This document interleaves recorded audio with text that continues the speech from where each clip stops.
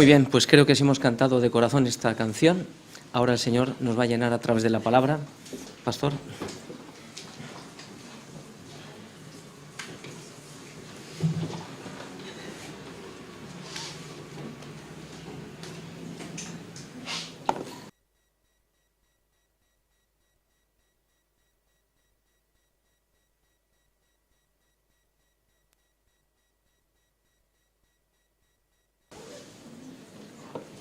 ¿Está bien?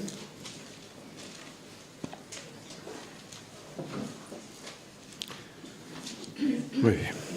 Bienvenidos todos, especialmente aquellos que nos visitáis por primera vez, sentiros como en vuestra propia casa. Quiero saludar a las células en el exterior, a Monterrey, a Óscar, Laura, Valentina, Elías, Natán y también Samuel, que estará a punto de llegar. Un abrazo para todos, Bernardo y Azucena también. En Barcelona, Ángel Luis, Gloria, Joel y Asier, un abrazo. Para Sevilla, Daniel, Sandra y si está José también. Y en Colombia, en Medellín, Carlos y Lucy. Si hay alguien en Texas, un saludo desde Bilbao, en España. Alfonso igual está en Cádiz y creo que Jolman está en Valencia. Y Eunice también estará en Alemania escuchándonos, así que bienvenidos. Muy bien. Quiero dar gracias a Dios porque se ha arreglado lo de YouTube. Hemos tenido problemas de emisión con YouTube, pero parece ser que se ha arreglado, así que nos pueden escuchar nuestros hermanos. Muy bien, el lunes fue el cumpleaños de Carolina, ¿verdad, Carolina? No ha venido, estará escuchándonos por internet. ¿Dónde está Carolina? No ha venido. Bueno, espero que esté escuchándonos. Y también Natán, 2 añitos en Monterrey, así que felicidades para ellos. El miércoles fue el cumple de Miriam. ¿Dónde estás, Miriam? Sí, fue el miércoles, ¿verdad? Bueno, pues ya sabéis.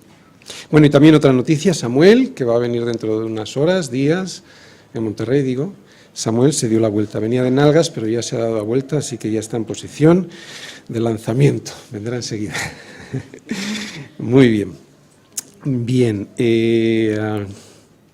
vamos a apuntar ahí todos dónde vamos a ir. Aparte primer capítulo de Colosenses, vamos a estar en Lucas y en Juan. Lucas 9 y Juan 1.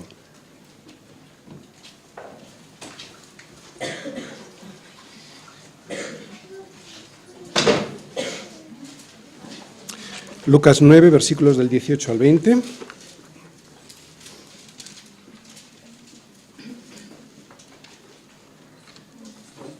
Lucas 9, del 18 al 20. Y también Juan 1, ¿de acuerdo? Juan capítulo 1.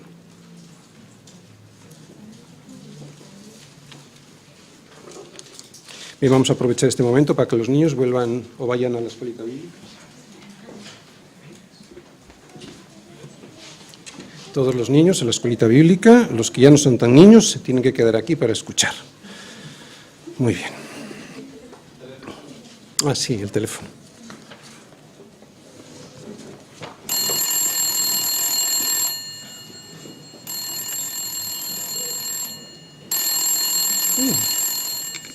La cumpleañera. Te hemos felicitado, pero no estabas.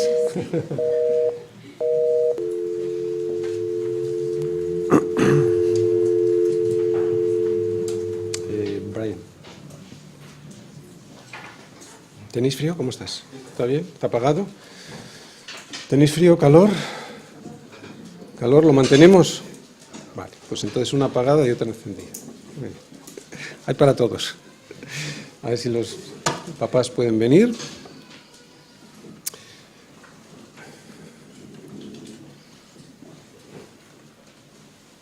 Y empezamos. Se resisten.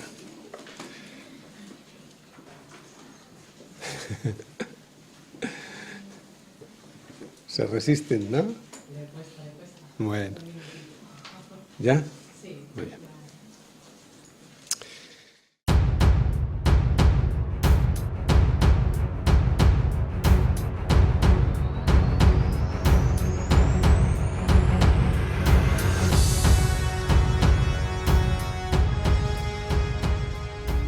Bien, tenemos que recordar que los falsos maestros se habían introducido en la iglesia de Colosas y estaban molestando a Epafras en su ministerio y estaban molestando a Epafras en su ministerio porque estaban enseñando algo muy peligroso, que Cristo no era suficiente, que como maestro de moral estaba muy bien, pero que para tener un mayor conocimiento de los enigmas profundos del universo, lo que había que hacer era ir a otras fuentes, que eran los ángeles, quienes les podían comunicar mejor todo ese conocimiento. Para ello, además, había que seguir determinadas normas, como cumplir con unas dietas específicas, unas dietas alimenticias específicas, y guardar determinados días de fiesta. Era, pues, volver a la esclavitud de la que habían salido, mezclando ritos paganos con otros judíos, y aunque a Cristo lo tenían por ahí en medio, pues ya no era el centro, ya no era el preeminente, ya no era el Señor Supremo. Es lo que encontramos siempre en las sectas y en algunas religiones, incluso cristianas, que Jesús es alguien excelente en su ejemplo y enseñanza, pero que es otro más entre los seres que han sido creados por Dios. Otro profeta más, importante, pero otro más. Eso es lo que detectó Epafras en su iglesia, y él se asusta de esta situación que se está creando en Colosas, y así se lo comunicó a Pablo en la prisión de Roma, en donde Pablo se encontraba preso. Estaban haciendo de menos a Jesús y la obra de Jesús. Y sin embargo resulta que Él es la imagen del Dios invisible. Versículos del 15 al 23. Él es la imagen del Dios invisible, el primogénito de toda creación. Porque en Él fueron creadas todas las cosas, las que hay en los cielos y las que hay en la tierra, visibles e invisibles, sean tronos, sean dominios, sean principados, sean potestades. Todo fue creado por medio de Él y para Él, y Él es antes de todas las cosas, y todas las cosas en Él subsisten. Y Él es la cabeza del cuerpo, que es la Iglesia. Él, que es el principio, el primogénito de entre los muertos, para que en todo tenga la preeminencia, por cuanto agradó al Padre, que en Él habitase toda plenitud. Y por medio de Él reconciliar consigo todas las cosas, así las que están en la tierra como las que están en los cielos, haciendo la paz mediante la sangre de su cruz. Y a vosotros también, que erais en otro tiempo extraños y enemigos en vuestra mente, haciendo malas obras, ahora os ha reconciliado en su cuerpo de carne por medio de la muerte, para presentaros santos y sin mancha e irreprensibles delante de Él, si en verdad permanecéis fundados y firmes en la fe, y sin moveros de la esperanza del Evangelio que habéis oído, el cual se predica en toda la creación que está debajo del cielo, del cual yo, Pablo, fui hecho ministro. Muy bien, en los anteriores versículos que expusimos el domingo pasado, Pablo nos mostró un reino y los discípulos, los miembros de ese reino. Pues hoy lo que nos va a mostrar Pablo es al rey de ese reino. Hoy Pablo nos va a llevar ante la presencia de ese rey. Es un rey que en la iglesia en Colosas estaba siendo minusvalorado por los que se habían introducido en esas iglesias con intenciones como mínimo equivocadas, sino perversas. La enseñanza de estos falsos maestros ya estaba empezando a hacer estragos en la vida de los colosenses al dejar de poner la vista en Cristo y fijarse en Colosas y lo que de Colosas podrían conseguir. Esto por una parte, pero por otra, al ser considerado como una deidad menor a Cristo, al considerar a Cristo como una deidad menor, ni la creación ni la redención tenían nada que ver con Él y por lo tanto, ¿para qué dirigirse a Él? Pablo va a poner las cosas en su sitio, por eso en los versículos que hoy vamos a ver, habla de la preeminencia de Cristo en la creación y en los que veremos en el próximo sermón nos va a hablar de la preeminencia de Cristo en la redención, en la salvación. Otra vez, lo que hoy vamos a ver es la preeminencia de Cristo en la creación y en los próximos versículos del próximo sermón, la preeminencia de Cristo en la redención, en la salvación. De cualquier manera, preeminencia. La preeminencia significa que Cristo es lo más importante en todo. Que Cristo tiene en su mano tanto el reino de la creación como el de la redención. Porque Él no solo es el primogénito de toda creación, sino que también es el primogénito de entre los muertos, para que en todo tenga la preeminencia. Pablo insiste en esa preeminencia porque es esta preeminencia en todo y sobre todo, la que nos va a dar la seguridad en nuestra salvación. En contra de los herejes que amenazaban a la iglesia de Colosas predicando la insuficiencia de Cristo. En contra de esto, Pablo lo que nos va a mostrar esta semana y la próxima es la preeminencia de Cristo en la creación y la preeminencia, toda la suficiencia para la salvación. Así que, para demostrarnos que Él es suficiente para salvarnos, nos va a mostrar que Él es preeminente en la creación. Colosenses, aquel que murió en la cruz es quien conoce cualquier estrella que hay en el firmamento. Aquel que murió en la cruz no solo la conoce, sino que le ha dado nombre y la dirige porque ha sido Él quien la ha creado y quien ha ordenado las leyes que la rigen. Él es el Dios del universo. Colosenses, ¿cómo no nos va a poder salvar?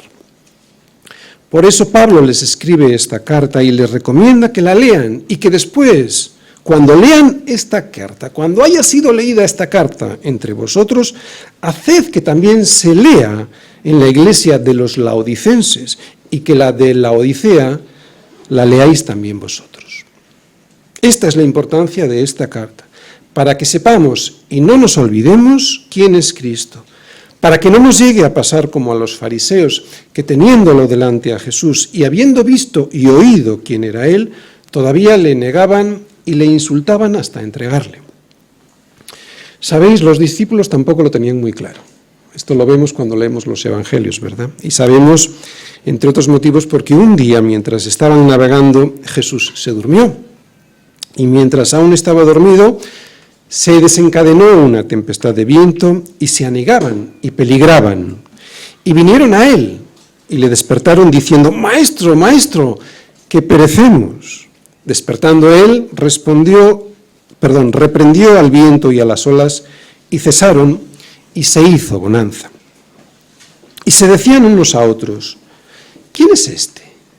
¿Quién es este que aún a los vientos y a las aguas manda y le obedecen? Este relato lo podemos ver en los 3 evangelios sinópticos, en los 3. Pero es muy curioso el relato que vemos de estos mismos hechos en Lucas. El pasaje que os acabo de leer, que se preguntan, ¿quién es este que manda a los vientos y a las aguas y le obedecen? Este pasaje está en Lucas 8 y cuando pasamos al capítulo 9, descubrimos una serie de historias que nos muestran un proceso por el cual el evangelista, en este caso Lucas, intenta responder a la pregunta que todo el mundo debiera hacerse. Pero, ¿quién es este? ¿Quién es este que aún a los vientos y a las aguas manda y le obedecen? No hace falta que vayáis todavía a Lucas 9, ¿vale? Ahora vamos a ir. Pero sí que yo os voy a ir llevando paso por paso de esta pregunta que está en Lucas 8, 25, a luego cómo va el evangelista mostrándonos en este evangelio una serie de datos y de preguntas para que lleguemos a responder correctamente. En el capítulo 9 y en el versículo 9 empieza mostrándonos el interés de Herodes por Jesús, al saber Herodes que estaba haciendo muchos milagros. Al saber Herodes que Jesús estaba haciendo muchos milagros, él pregunta, ¿quién pues es este de quien oigo tales cosas? Y procuraba verle. En los siguientes versículos, Lucas nos da una serie de pistas para saber quién es Jesús. En los siguientes versículos, el evangelista intenta darnos pistas al mostrarnos, a través de la milagrosa alimentación de los 5.000, que Jesús no era un cualquiera, que debiera ser escuchado aquel que en relación a semejante milagro de dar de comer a 5.000 con tan solo 5 panes y 2 peces, comieron todo, se saciaron y aún tuvieron que recoger lo que sobró. Por eso, el Evangelio de Lucas. Y justo después de este milagro, vemos que Jesús le pregunta a los discípulos ya en el versículo 18, Lucas 9, 18. Dice, ¿quién dice la gente que soy yo? Y yo creo que lo hace para que a continuación podamos observar la desorientación de casi todo el mundo, porque ellos respondieron en el versículo 19, unos Juan el Bautista, otros Elías, y otros que algún profeta de los antiguos ha resucitado. Pero es de vital importancia conocer quién es Jesús. Por eso Él les dijo, ¿y vosotros? A ver, vosotros ¿quién decís que soy yo? Entonces respondiendo Pedro dijo, el Cristo de Dios. Y vemos que la respuesta de Pedro es breve, pero es impresionante. Y es impresionante porque pareciera que Pedro solo necesitaba observar a Jesús para responder así.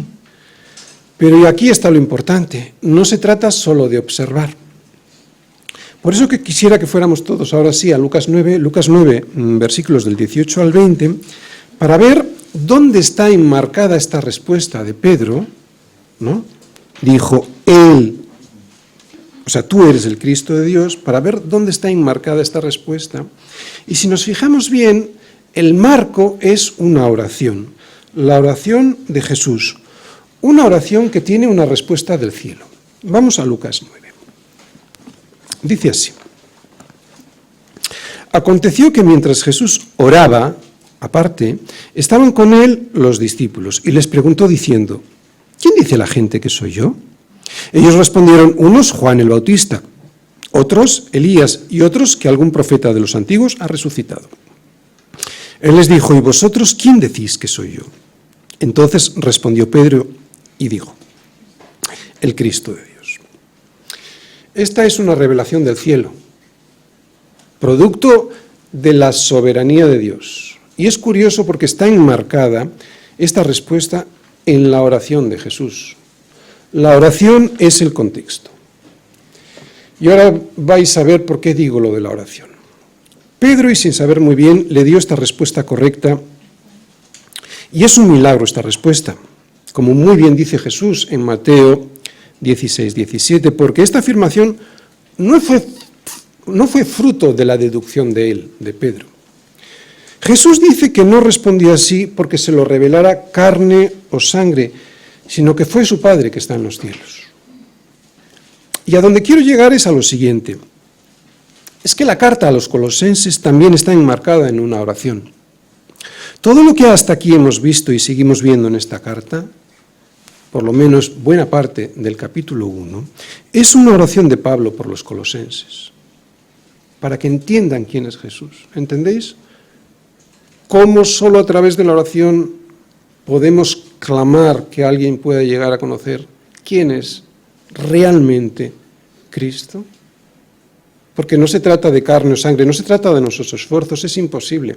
Es un milagro que viene del cielo en el cual nosotros solo podemos colaborar orando.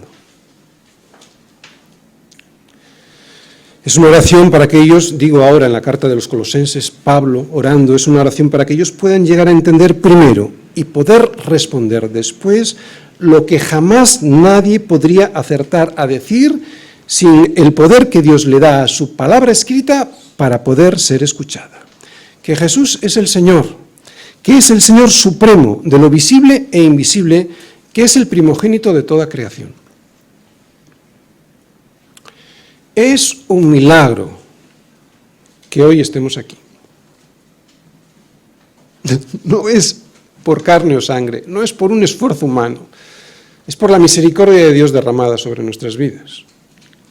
Colosenses, no solo habéis recibido ya todo en Cristo, y lo vimos, un reino como herencia, la aptitud para poder recibir esa herencia, la libertad de la potestad de las tinieblas y la redención por su sangre, sino que además, colosenses, habéis recibido aún lo más importante, habéis recibido a Cristo mismo. Colosenses, está diciendo Pablo, estoy orando para que sepáis que habéis recibido todo lo anterior solo por un motivo, porque habéis recibido a Cristo. Por eso no salgáis de ahí para buscar fuera, ¿Para qué necesitáis buscar en las filosofías y huecas sutilezas según las tradiciones de los hombres, conforme a los rudimentos del mundo y no según Cristo, si solo es Cristo quien puede daros todos estos regalos? Es lo que les está diciendo Pablo a los colosenses. Y solo es Cristo quien puede darlo, porque, versículos 15 al 17, porque Él es la imagen del Dios invisible, el primogénito de toda creación, porque en Él fueron creadas todas las cosas, las que hay en los cielos y las que hay en la tierra, visibles e invisibles, sean tronos, sean dominios, sean potestades, sean principados. Todo fue creado por medio de Él y para Él, y Él es antes de todas las cosas, y todas las cosas en Él subsisten. El Señor Supremo, el primogénito de toda creación, Colosenses 1, versículos del 15 al 17. Bien, en los versículos de hoy vamos a ver dos aspectos sobre la supremacía de Cristo. Dos aspectos. Y este es el esquema, en 2 puntos. Fijaros, primer punto, primera parte. La persona de Cristo, versículo 15.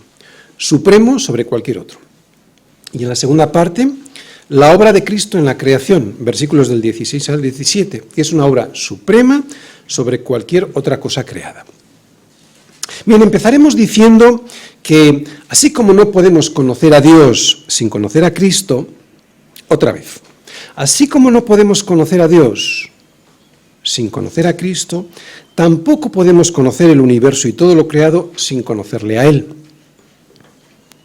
¿Quién es este? Que aun a los vientos y a las aguas manda y le obedecen.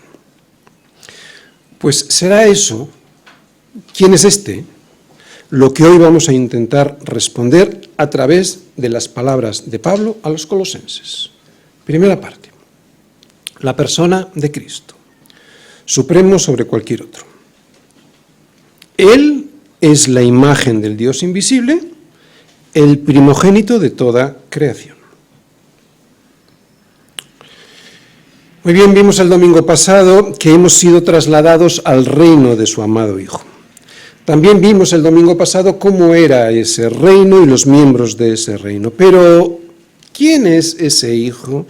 ¿Quién es ese Señor de ese reino al que hemos sido trasladados? Pues lo primero que nos dice Pablo, si os fijáis en el versículo, es que Él es la imagen del Dios invisible. Luego veremos lo que significa el primogénito de toda creación. Pero lo primero que vemos ahí es que dice: Él es la imagen del Dios invisible. Sabemos, porque ya lo hemos dicho, que los colosenses, después de haber conocido a Jesús, estaban siendo incitados por los falsos maestros a poner a Jesús a un lado para buscar fuera de Él nuevas experiencias y conocimiento. Y Pablo les dice que Él es preeminente, que no hay nada ni nadie por encima de Él. Pablo les va a decir todo lo que hoy vamos a ver y lo que vamos a ver el próximo domingo, para que entendamos que en todo Él tenga la preeminencia. Es importante entender esto que acabo de decir y que podéis leer en Colosenses 1:18, para que en todo tenga la preeminencia, porque el no entender esto, el no entender que Cristo es preeminente, es de donde surgen ya no solo las herejías doctrinales que le impiden a la gente realmente saber quién es Cristo, sino a nosotros también. A nosotros nos puede impedir caminar en santidad al intentar buscar fuera lo que ya se nos ha dado en Cristo.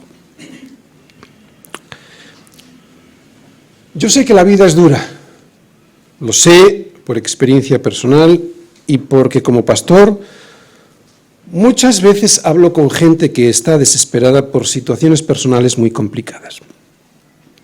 Pero aunque eso nos pueda hacer desviar la vista temporalmente de Cristo y mirar hacia nuestro dolor, no debiéramos nunca perder de vista quién es Cristo. Él es la imagen del Dios invisible. Según estas palabras, no basta pues con darle un lugar importante. ¿Sí? Según estas palabras, no basta con darle un lugar importante, debemos darle la preeminencia en todo. Ese será el triunfo de la fe que nos dará el gozo y la paz. No destronar a Cristo de su lugar. Cada vez que miramos a otro lado, y nos pasa constantemente, a mí yo creo que a cada segundo, no solo nos perdemos, es que nos entristecemos. Yo lo veo en mí cuando me centro en las cosas de este mundo, en mis problemas. Sin embargo, y tengo que ser consciente de esto, ¿no? Cuando miro a Cristo y pongo la mira en las cosas de arriba y no en las de la tierra, entonces me animo. ¿Por qué? Pues porque sé que cuando Cristo, mi vida, Él es mi vida, cuando Cristo, mi vida, se manifieste, entonces yo también seré manifestado con Él en gloria. Tenemos que tener toda nuestra vista y confianza en Él, porque Él es la manifestación visible, la encarnación del Dios invisible. Es lo que nos dice Pablo con esta frase, que Él es la imagen, y he subrayado esa palabra, la imagen del Dios invisible. Esta palabra que aquí he subrayado y que en español está traducida como imagen, en griego es eikon, y significa icono, imagen exacta. Es una palabra importante, por eso la he subrayado, porque lo que los falsos maestros trataban de negar es que Jesús era Dios. Los colosenses, y esto es importante entender su contexto histórico, ¿no? Estaban viviendo en medio de una cultura griega en la que el gnosticismo enseñaba que el cuerpo humano era malo. Y parece ser que la falsa enseñanza que se estaba introduciendo en la iglesia de Colosas era esta, era una herejía gnóstica. Por lo tanto, la deducción que hacían los falsos maestros era la siguiente, y en esto eran coherentes. Lo que pasa es que estaban influenciados por el sistema de valores de su siglo, de su mundo, ¿no? Pero eran coherentes. Ellos decían, si el cuerpo humano era malo, tenía que ser imposible que Dios hubiese elegido encarnarse en Jesús. Conclusión, Jesús no era Dios. Por eso Pablo insiste y dice que Cristo es la imagen del Dios invisible, el eikon, o sea, la encarnación del Dios al que no podemos ver.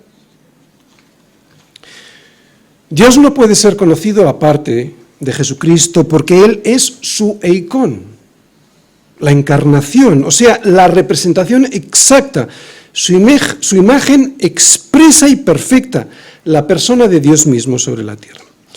Por eso, cualquiera que piense que no necesita a Jesús para conocer y adorar a Dios, entonces lo que Pablo les dice, lo que Pablo le está diciendo es que están muy equivocados. Para conocer a Dios hay que conocer a Jesús.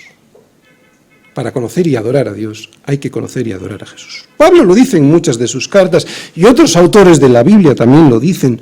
Por eso ahora vamos a intentar ver en otros pasajes similares, pues cosas que puedan arrojar luz a esto que estamos viendo. Hay muchos, pero vamos a ir a pocos. Vamos a ir todos a Juan 1. Juan 1. En Juan 1:1, en el primer versículo, nos dice el apóstol Juan sobre Jesús. En el principio era el Verbo, y el Verbo era con Dios, y el Verbo era Dios. Creo que está muy claro que si el Verbo es Jesús, y esto nos lo va a aclarar en el versículo 14, otra vez, creo que está muy claro que si el Verbo es Jesús, Jesús es Dios, porque dice que era desde el principio con Dios, o sea que siempre ha existido, y luego, por eso termina diciendo este versículo, y el Verbo era Dios. En los versículos del 2 al 3 nos sigue diciendo el apóstol, este Jesús, este Verbo, pero luego en el versículo 14 nos aclara que es Jesús, este Verbo era en el principio con Dios.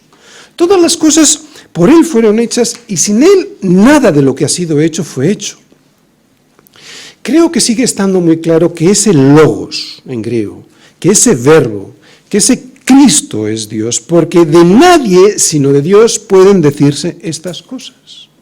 Algo que Pablo nos va a volver a decir en los próximos versículos, los que vamos a ver dentro de un momento, en el versículo 16 y 17. de Colosenses 1. Pero seguimos en Juan, porque en el versículo 14 dice, y aquel verbo que era Dios, fue hecho carne, eikon, y habitó entre nosotros, y vimos su gloria, gloria como del unigénito del Padre, lleno de gracia y de verdad. Dios no puede ser conocido aparte de Jesucristo, porque Él es su eikon, su imagen, su encarnación, o sea, su misma gloria, dice Juan, lo acabamos de leer. Vamos a salir de Juan, no vamos a ir todavía a Colosenses, pero sí que vamos a ver en el libro de Hebreos, en Hebreos 1:3, cómo el autor eleva a Cristo a la categoría de Dios mismo. Dice de Él, el cual, siendo el resplandor de su gloria y la imagen misma de su sustancia, y quien sustenta todas las cosas con la palabra de su poder. No puede ser más claro. Lo que significa ahí la palabra imagen es la semejanza precisa, la reproducción exacta de su sustancia. Dios no puede ser conocido aparte de Jesucristo. Cualquier Dios, y esto lo digo con D minúscula, cualquier Dios que no sea el Dios que se revela a sí mismo en Jesucristo es una ficción de la imaginación, una imagen hecha por el hombre y para el hombre, el reflejo de su emoción o de su ideal o de su debilidad. Dios no puede ser conocido aparte de Jesucristo. Cualquier Dios, otra vez con D minúscula, cualquier Dios que no sea el Dios que se revela a sí mismo en Jesucristo, termina siendo el deseo de no obedecer a Dios, porque Dios mismo nos ha dicho, este es mi Hijo amado en quien tengo complacencia, a Él oíd. ¿Lo oímos? Porque Él, Jesús, en multitud de ocasiones y de muy diversas formas, nos dijo que era Dios. Vamos a oír a Jesús, porque tal vez una de las frases o lugares en la Biblia que más me gustan por su claridad en este sentido es cuando, poco antes de ser traicionado y entregado por Judas, Jesús trataba de tranquilizar a los discípulos porque sabía que lo que iban a ver ellos, su muerte, les iba a desorientar. Por eso les dice, no se turbe vuestro corazón. Todavía no estaría turbado, pero estaban en la Pascua, poco antes de ser entregado, poco antes de morir. No se turbe vuestro corazón, creéis en Dios, creed también en mí. O sea, haciéndose igual a Dios. Pero no entendieron nada. De hecho, Felipe le dice a Jesús, unos versículos más adelante, Señor, muéstranos el Padre y nos basta. Y Jesús le contesta, ¿tanto tiempo hace que estoy con vosotros y no me has conocido, Felipe? El que me ha visto a mí, ha visto al Padre. ¿Cómo pues me dices tú, muéstranos el Padre? ¿No crees que yo soy en el Padre y el Padre en mí? También Pablo, en muchos sitios, pero bueno, también Pablo en Filipenses 2:6 nos dice de Jesucristo, el cual, siendo en forma de Dios, no estimó el ser igual a Dios como cosa a que aferrarse. Y así por muchas partes de la Escritura, no vamos a abundar más. Alguien puede decir que el hombre en Adán también fue hecho a la imagen de Dios. ¿Sí? Dios nos dice en Génesis 1:26, hagamos al hombre a nuestra imagen, conforme a nuestra semejanza. Pero hay una diferencia abismal, porque lo que Pablo dice no es eso. Pablo no dice que Cristo fue hecho a la imagen de Dios conforme a su semejanza. Lo que dice Pablo de Cristo es que Él es la imagen de Dios. Dios no puede ser conocido aparte de Jesucristo. Cualquier Dios que no se revele o que no se revela a sí mismo en Jesucristo termina convirtiéndose en un ídolo. En un ídolo, al cual adorar, claro. Por eso, y como solo es a Dios a quien se puede y debe adorar, es por lo que Jesús permitió adoración estando en la tierra. Y hay más. porque sabemos que no hay idolatría en el cielo. En la tierra sí, pero en el cielo no hay idolatría, ¿no? Y sin embargo Jesús es adorado allí. Mira si no en Apocalipsis, no vayas, pero yo te lo digo, Apocalipsis 5:13.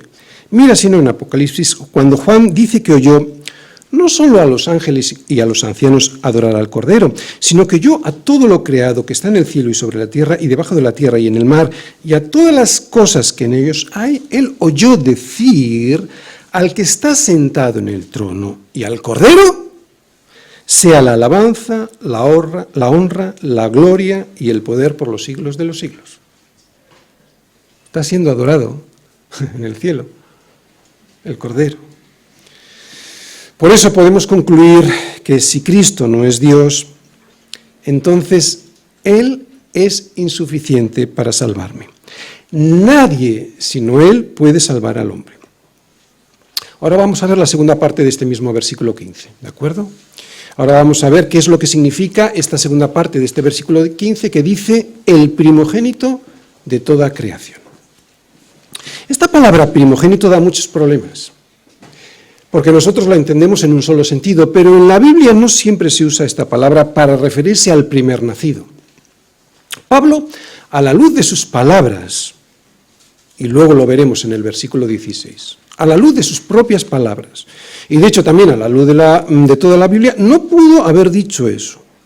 De hecho, es precisamente esta herejía la que quería combatir, la de que Jesús no era Dios, no, de que era un ser creado. Por lo tanto, primogénito no quiere decir aquí que Jesús fue el primer ser creado del universo. Lo que significa es otro sentido que tenía también y tiene esta palabra: superioridad, prioridad, preeminencia. Lo que significa es que el Hijo existió antes de toda la creación como ser supremo del universo. Y los colosenses entendieron perfectamente esta palabra. Pablo no intenta explicarla porque además por todo el contexto, versículos anteriores y subsiguientes, se entiende lo que realmente significa. Así pues, esta frase lo que significa es que Cristo es aquel a quien le pertenece el derecho y la dignidad del primogénito, ¿entendéis? Él es el primogénito, o sea, a él le pertenece el derecho y la dignidad del primogénito en relación a cualquier criatura. No en relación a cualquier otra criatura, porque él no ha sido creado, como veremos en el versículo 16, sino que él tiene los derechos y la dignidad del primogénito. Esto es lo que significa el primogénito de toda creación. El primogénito de toda creación no significa que Cristo es el primero en el tiempo. Lo que significa es que Él es el primero en autoridad, en dignidad, en preeminencia. Él es, sobre todas las cosas, el primero en esta dignidad, en esta preeminencia, en esta autoridad. La dignidad que se le otorga al primogénito. Eso es lo que significa. De hecho, es lo que ahora vamos a ver, que Él es el heredero de la creación porque todo fue creado por medio de Él y para Él. Segunda parte, la obra de Cristo en la creación, suprema sobre cualquier otra cosa creada. Versículos del 16 al 17. Dice, porque en Él fueron creadas todas las cosas, las que hay en los cielos y las que hay en la tierra, visibles e invisibles. Sean tronos, sean dominios, sean principados, sean potestades, todo fue creado por medio de Él y para Él. Y Él es antes de todas las cosas y todas las cosas en Él subsisten. Otra manifestación más de que Cristo es Dios, de que Cristo lo vemos en estos versículos como Dios, es que todo ha sido creado, y aquí hay tres cositas, todo ha sido creado por Él, para Él, y Él es antes de todas las cosas.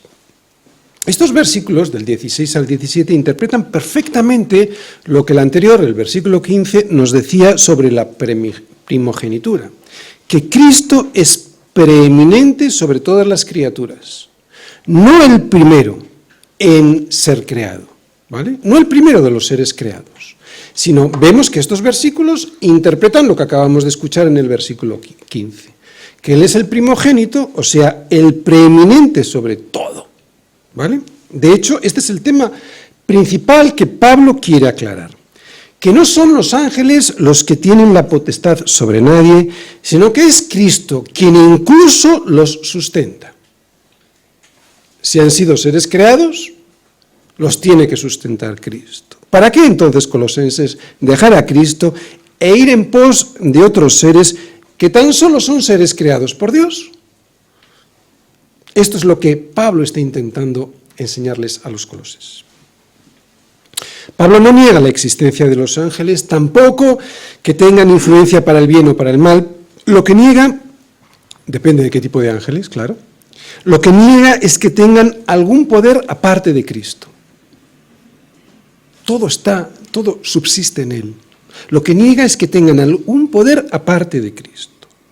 De hecho, estos mismos versículos lo que nos muestran es que los ángeles, al ser creados, sin Cristo, ni siquiera podrían existir. Y es que sin Cristo, todo lo que Él ha creado no se entiende. Cuando por la soberbia de querer entender este mundo sin la instrucción de Dios, le expulsamos a Dios de nuestras vidas, todo se vuelve incomprensible. Todo ha sido creado por Dios, por medio de Él, para Él, y todo subsiste en Él. Y esto es lo que vemos en estos versículos. Primero que acabo de decir, por medio de Él, el que crea. Dios creó todas las cosas por medio de Él, nos dice el versículo 16. Pero, ¿cómo Dios creó las cosas? ¿Lo recordáis? En Génesis nos lo dice. En Génesis nos dice que por su palabra.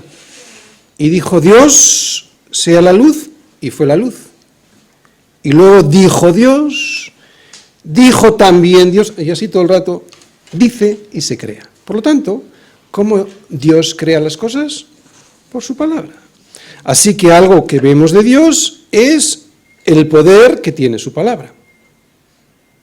Esto es difícil de entender a veces, pero yo pongo algún ejemplo. Cuando yo soy el jefe de alguna empresa, digo algo y se hace. Mi palabra tiene poder. ¿Entendéis? Un poco para intentar entender lo que significa el poder de la palabra. Repetimos. Así que algo que vemos de Dios es el poder que tiene su palabra. Su logos, ¿recordáis? Su verbo.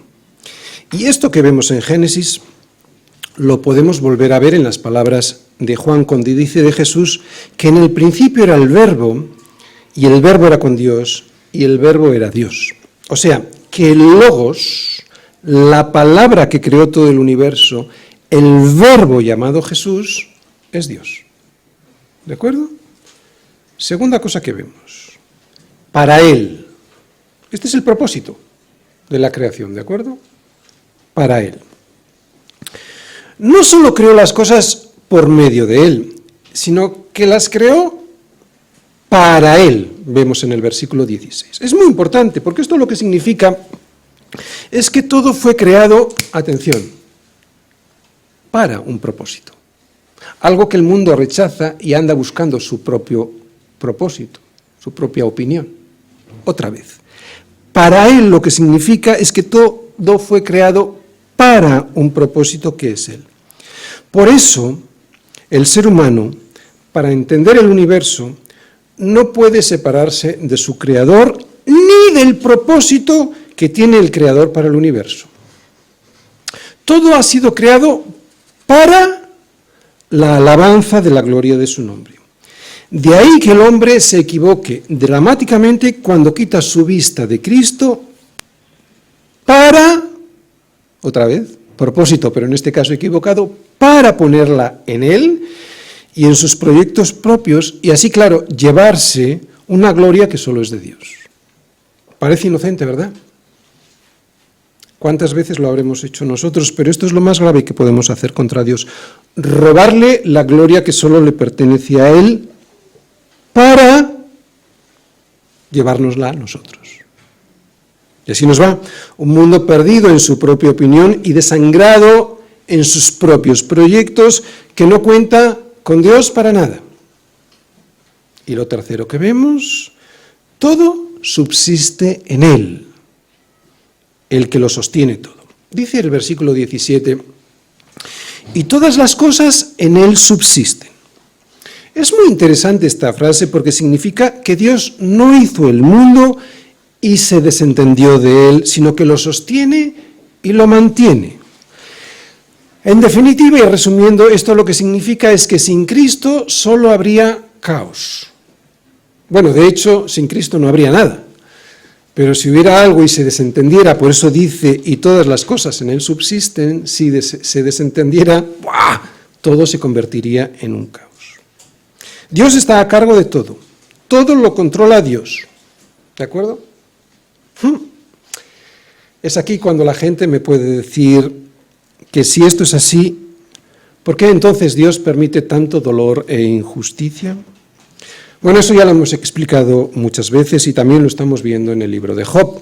Pero para resumir diré que Dios usa el fuego de la prueba para a sus hijos purificarlos y hacerlos más como Cristo. Y a los que no son sus hijos, para que miren al cielo. Sí, hay muchas veces que incrédulos me han llamado, y además muy cercanos a mí, con dolor, con enfermedad, quejándose, y yo les digo, ¿por qué crees que Dios permite esto en tu vida? Está en la cama, está mirando al techo, para que mires al cielo. Y dicen, pues igual, pero luego no hacen caso, ¿no? Otra vez, ¿por qué Dios permite el dolor? A sus hijos para purificarlos, para hacerlos más como Cristo. Y a los que no son sus hijos, para que miren al cielo. Para que escuchen a través del megáfono del dolor que están siendo llevados, que ellos mismos están llevando sus vidas al abismo. Y que si siguen así, no podrán heredar con Cristo un reino de los cielos que es suyo, de Cristo, sino que permanecerán en el reino de las tinieblas y que además lo harán eternamente. Ahora aquí, este reino de las tinieblas es solo una sombra de lo que será, pero entonces allí cualquier esperanza se perderá para siempre. Allí ya no será una sombra, ¿entendéis? Cuando somos trasladados aquí ya al reino de su amado Hijo, y nos parece poca cosa, es que es una sombra. Cuando vivimos en el mundo de las sombras, sin ser trasladado al reino de su amado Hijo, alguien podría decir, pues no es para tanto, es que es una sombra. Solo es para que te imagines lo que va a ser, porque allí ya no será una sombra. El dolor tiene un sentido y tiene un propósito en el plan de Dios. Otra cosa es pensar que como yo me lo merezco, pues me impida ver esto como Dios lo ve. Pero el dolor tiene un propósito en el plan de Dios. Dios está a cargo de todo. Todo lo controla Dios, aunque a veces no lo parezca. ¿Sabes? Tampoco lo parecía en la cruz, y sin embargo esa muerte, obra del diablo para destruir a Cristo, resulta que Dios la transformó en todo lo contrario, en vida. En vida para aquellos que a través de la fe en ese sacrificio aceptan la obra, el regalo de la salvación de Dios. Sin esta esperanza solo hay desesperación, vacío y muerte. Solo cuando aceptamos que es Cristo quien creó todas las cosas, fijaros, quien creó todas las cosas, quien les dio un propósito, que las sustenta para que podamos cumplir con ese propósito, y que las redimió, y esto lo veremos el próximo domingo, que las redimió con su muerte, cuando vemos esto así, podemos entender el universo hoy y el propósito que tiene el universo mañana, en el futuro. Son 4 cosas las que Dios hace con todas las cosas de su creación. Y como os acabo de decir, la cuarta, ahora las voy a volver a repetir, la cuarta la veremos el próximo domingo. Dios las creó, les dio un propósito, o sea, las creó con un propósito, las sustenta para que puedas cumplir con ese propósito y las tuvo que redimir porque se perdieron. solo aceptando el origen del universo en Cristo, como creador con un propósito y como sustentador y redentor, podremos entenderlo. El mundo, el universo. Solo cuando el ser humano puede ver el origen del universo ayer en Cristo como su creador, su realización hoy en Cristo como sustentador, que tiene un propósito con ese sustento, y su futuro mañana en Cristo, estoy hablando del universo, de la creación, y su futuro mañana en Cristo como su Salvador, transformándolo en un cielo nuevo y en una tierra nueva, redimidas por Él, podrá entender esta persona algo de sí mismo y del mundo. Solo cuando el ser humano pueda ver la creación como la acaba de describir Pablo, podrá entender el porqué y el para qué está sobre la tierra. Si no, todo será confusión, vacío y finalmente muerte.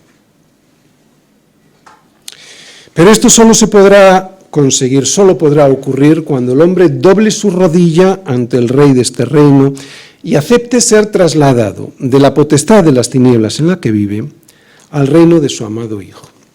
Termino. Pero, ¿quién es este?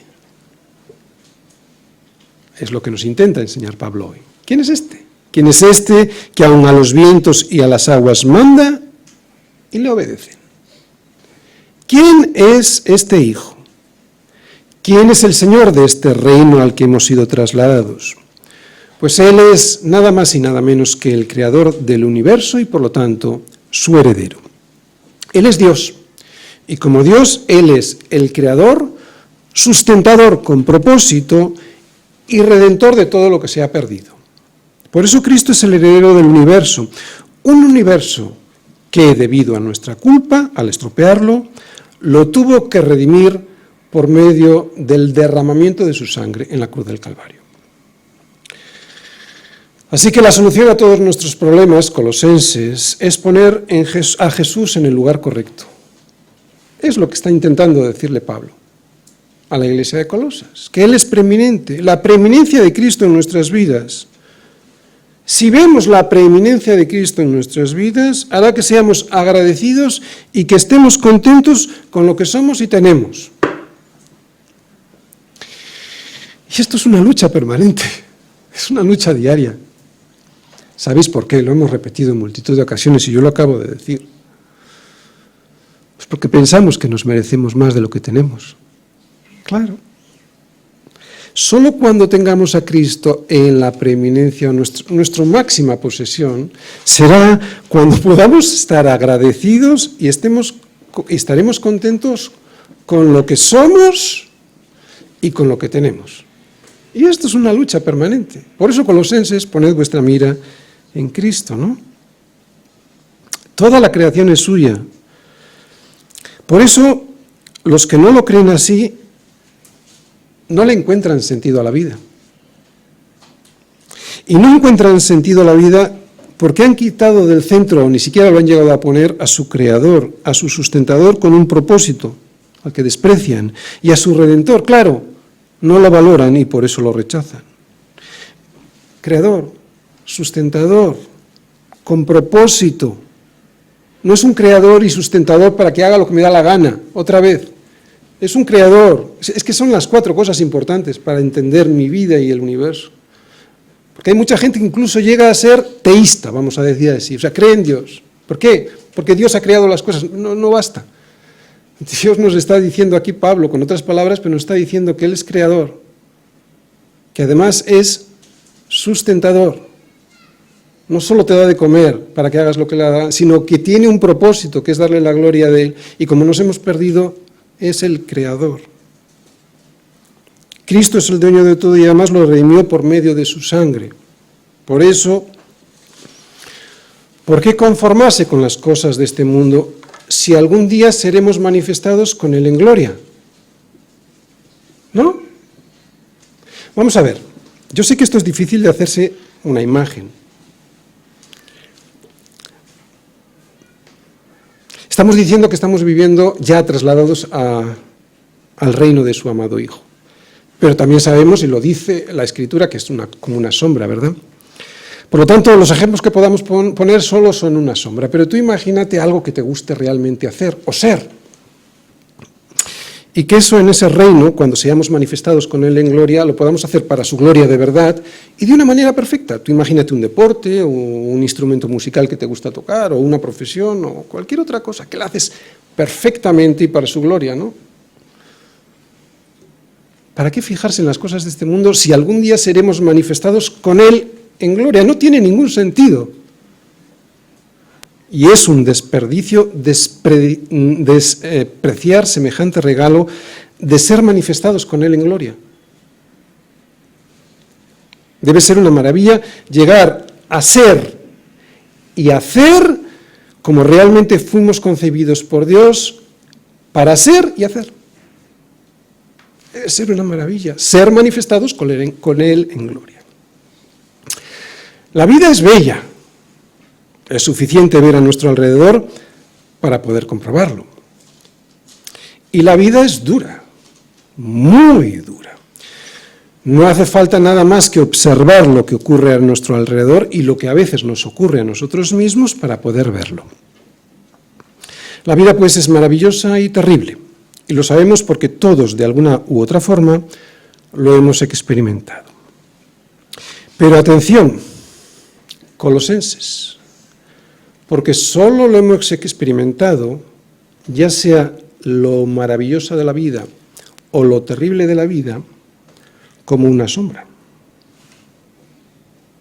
Como una sombra del regalo que tenemos guardado en los cielos por este Dios que acabamos de mostrar, Cristo, o como una sombra de la potestad de las tinieblas y el rechinar de dientes que quedará para aquellos que rechacen este regalo de Cristo sobre la cruz, que es el perdón de sus pecados.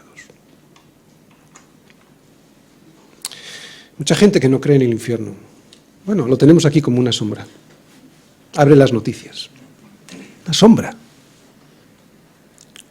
Por eso, Colosenses, no debemos poner la vista en otra cosa que no sea Cristo, porque aunque al principio pudiera parecer que la cosa funciona, ¿no?, confiando en las filosofías y huecas sutilezas según las tradiciones de los hombres, conforme a los rudimentos del mundo y no según Cristo, después todo eso se convierte en sabor amargo. Y no te dejes llevar por la aparente contradicción de que como todo en el mundo va a mal, es por eso que Dios no existe o que se ha desentendido de Él. Cristo es el creador y sustentador de todo. De todo. Nada se puede hacer sin su permiso. Incluso la rebelión contra Dios, Él la permite. Y tiene un propósito. Él la permite y siempre la permite. Si la permite es porque tiene un propósito. Propósito que muchas veces no es otro, sino que mostrarte lo mal que estás para que de esa manera puedas ir corriendo a refugiarte en la salvación que ya nos mostró Él en la cruz del Calvario. Amén. Señor, muchas gracias. Gracias por tu palabra, por el Espíritu Santo que nos la hace poder entender, Señor, si no sería imposible. Y también por tu Iglesia, a la cual derramas tantas bendiciones. Por eso estamos aquí juntos y en armonía. Señor, gracias. Gracias porque podemos poner la vista en las cosas de arriba y no en las de la tierra. Señor, gracias por habernos reservado lugar allí en el reino de tu amado Hijo, al que ya desde aquí hemos sido trasladados y podemos vislumbrarlo como una sombra. Señor, ayúdanos a entender y a entenderlo durante toda esta semana. Que eso nos debiera hacer ser agradecidos y estar contentos, Señor. Porque lo que disfrutamos a veces es todo lo contrario. Es el mundo de las sombras, una tristeza que en nosotros no debiera darse. Señor, ayúdanos a ver que hemos sido trasladados a ese reino ya para poder disfrutar de verdad. Ayúdanos a ver las cosas como las ves tú, Señor. Ayúdanos a entender que el sufrimiento y el dolor tienen un propósito para nosotros y que ese propósito es hacernos más como tu Hijo Jesucristo. Gracias, Señor, en el nombre de Jesús. Amén. Pues muy bien, hemos llegado al final, así que tenemos toda la semana para meditar. Os animo a que meditemos cada día en la predicación de hoy, porque tenemos un arsenal de conocimiento revelado y solamente se va a hacer efectivo si lo recibimos en nuestro corazón.